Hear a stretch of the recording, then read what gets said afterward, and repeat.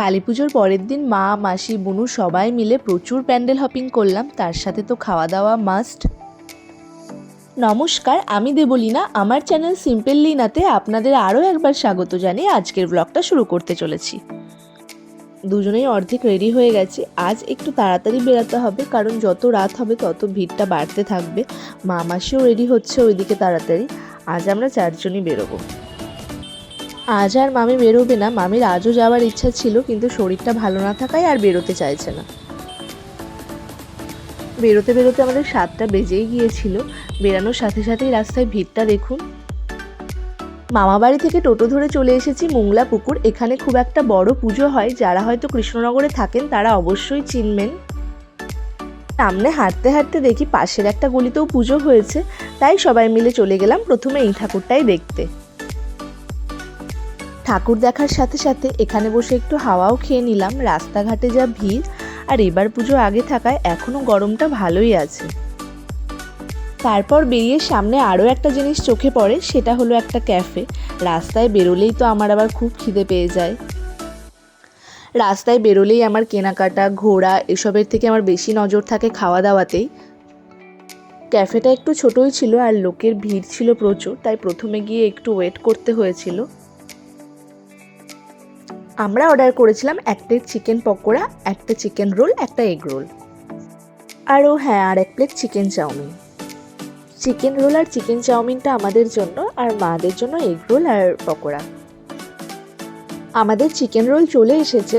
রোলগুলো সত্যি খুব ভালো ছিল। রোলগুলোতে অয়েলি ব্যাপারটা একদমই ছিল না। খাবারগুলো বেশ ভালোই ছিল, কিন্তু পকোড়াটাই খুব একটা ভালো ছিল না। মাদেরটাও চলে এসেছে। আমরা যে যেটাই খাই না কেন সবাই সব কিছু একটু করে টেস্ট করেছি। চাউমিনটাও খুব টেস্টি ছিল, কিন্তু কোয়ান্টিটিটা খুব কম দিয়ে দিয়েছে। সে যাই হোক, গলিতে ঢুকতেই যে একটা ক্যাফে পাওয়া গেছে সেটাই অনেক। আর পুজোর সময় এইটুকু হবেই, এইটুকু অ্যাডজাস্ট করে নিতে হবে। বাইরের খাবারটাও খুব একটা আমি খেতে পারি না। ফুচকা, মোমোটা ছাড়া রোল, তেলে ভাজা, চাউমিন এগুলো একদমই খেতে পারি না, তাই ভালোই হয়েছে এখানে খেয়ে। এরপর আমরা চলে এসেছি প্যান্ডেলের কাছে, মাঠের ভেতরে। মাঠে লোকের প্রচুর ভিড়। দূর থেকে পুরো প্যান্ডেলটা দেখতে খুব ভালো লাগছে, অনেকটা বড় করেছে, আর রেজার লাইটগুলো দিয়ে আরও ভালো লাগছে দেখতে। আর পুরো মাঠটা জুড়ে বসেছে মেলা। সব রকম খাবারের স্টল থেকে শুরু করে বাচ্চাদের খেলনা, মেয়েদের জুয়েলারি স্টল, সব কিছু বাদ নেই। এইদিকে অর্কেস্ট্রারের প্রোগ্রাম হচ্ছিল, প্রোগ্রামটা খুব ভালো করছিল। এটা প্যান্ডেলের ওপর থেকে মাঠের ভিউ। কত লোকের ভিড় একবার দেখুন। এবার আমরা ঢুকছি প্যান্ডেলের ভেতরে। প্যান্ডেলে ঢোকার আগে 2 মিনিট একটু ওয়েট করতে হয়েছিল। মেনলি আজকের দিনেই সবাই ঠাকুর দেখতে আসে, যেহেতু কাল পুজো হয়, সবাই পুজোটা নিয়েই ব্যস্ত থাকে। মায়ের সামনের জায়গাটা যেহেতু খুবই ছোট আর এত মানুষের ভিড়, তাই বেশি ভিড় করতে তারা দিচ্ছে না। প্যান্ডেলের ভেতরেই ফুলের ডেকোরেশনটা এত অপূর্ব লাগছিল দেখতে সামনে থেকে। আর মায়ের এই অপরূপ দর্শন, আর তারই সঙ্গে বাজানো হয়েছিল দেখো আলোয় আলোয় আকাশ, আকাশ তারায় ভরা। এত ভালো লাগছিল পরিবেশটা সবটা মিলিয়ে, মানে সত্যি প্রকাশ করার মতো না। ওখানে মোটামুটি 5 থেকে 10 মিনিট শুধু মাকেই দেখছিলাম, আর ততই মনটা ভরে যাচ্ছিল। আর মনে হচ্ছিল সত্যি তোমাকে ছাড়া সব কিছুই বৃথা মা। এবার একটু ফটো তুলে আমরা বেরিয়ে যাচ্ছি। বেরিয়ে দেখি সামনে আরও একটা প্যান্ডেল।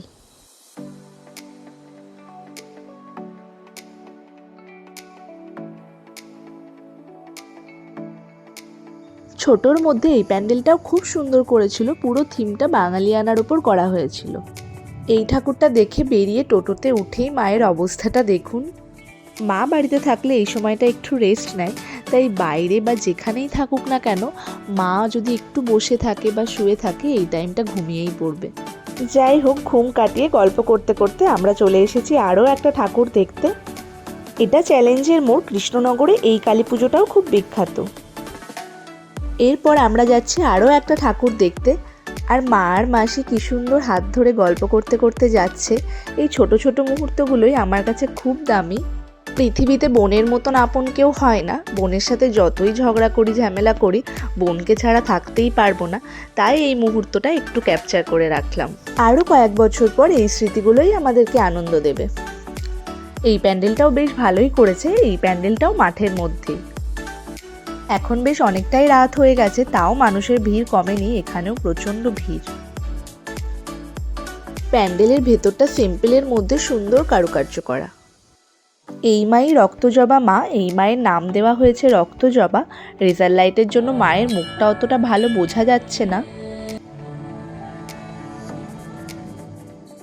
বেরিয়ে মেলাটা আমরা একটু ঘুরে দেখছিলাম, বেড়াতেই দেখি সামনে ছাপ মেহেন্দি। এগুলো ছোটোবেলায় আমরা অনেক পড়েছি, কিন্তু এগুলো হাতের জন্য খুব ক্ষতিকারক। আর দুপাশ দিয়ে ফুচকার কত স্টল, এই রাস্তাটা দিয়ে হেঁটে যাওয়া যাচ্ছে না, এত গন্ধ নাকে লাগছে। কিন্তু আজকে ভেবেছি আর ফুচকাটা খাবো না। তারপর চলে এসেছি একদম বাদামের দোকানে। মা বাদাম খেতে খুবই ভালোবাসে, মা যেখানে যায় বাদাম কিনবেই, আর আমরাও কোথাও গেলে মা বলে নিয়ে আসবি। তাই ফার্স্টে বাদামটাই কিনতে চলে এসেছি। মা নিজের জন্য, মা বাড়ির জন্য কিছুটা বাদাম নিল। তারপর খুঁজছিলাম আমাদের আর কি খাওয়া যেতে পারে, অনেক খুঁজে বের করলাম আইসক্রিম। তো সবাই সবার পছন্দ মতো আইসক্রিম নিয়ে নিলাম। মা আর আইসক্রিম নেয়নি, আমরা তিনজনই নিয়েছিলাম। তিনজনেরই তিনটে আলাদা ফ্লেভার ছিল, আমারটা ম্যাঙ্গো, বুনুরটা চকলেট আর মাসিটা ছিল কুলফি। তাই আইসক্রিমটাও সবাই সবারটা একটু টেস্ট করছিলাম। বুনুরটাই বেশি ভালো ছিল খেতে, ম্যাঙ্গোটা খুব মিষ্টি ছিল আর কুলফিটা মোটামুটি ছিল খেতে, চকলেটটা বেশ ভালো লাগছিল খেতে। আইসক্রিম খেতে খেতেই যাচ্ছি আরও একটা ঠাকুর দেখতে। রাস্তায় যেতে যেতে এই প্যান্ডেলটাও খুব ভালো লাগলো, এটা আর নেমে দেখা হয়নি। আর এই যে আজকের লাস্ট প্যান্ডেল, এটাই আমার সব থেকে বেশি ভালো লাগলো আজকের সব দেখা প্যান্ডেলগুলোর মধ্যে। সত্যি অসাধারণ করেছে। এখানে আবার রতন টাটাকে সম্মান দেওয়া হয়েছে, দেখে খুব ভালো লাগলো। সত্যি বিশাল বড় লস একটা আমাদের কাছে। দূর থেকে প্যান্ডেলটা পুরো অরিজিনাল মনে হচ্ছে, এত ভালো লাগছে। আর মাঝখানে ভোলে বাবা, চারিদিকে ফোয়ারা, লাইটিং, সত্যি অসাধারণ অসাধারণ।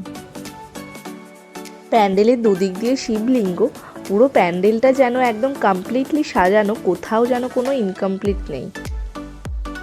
এটা সাথী ক্লাব কৃষ্ণনগরে, এবার এই ক্লাবটাই ফার্স্ট হয়েছে প্যান্ডেলের জন্য।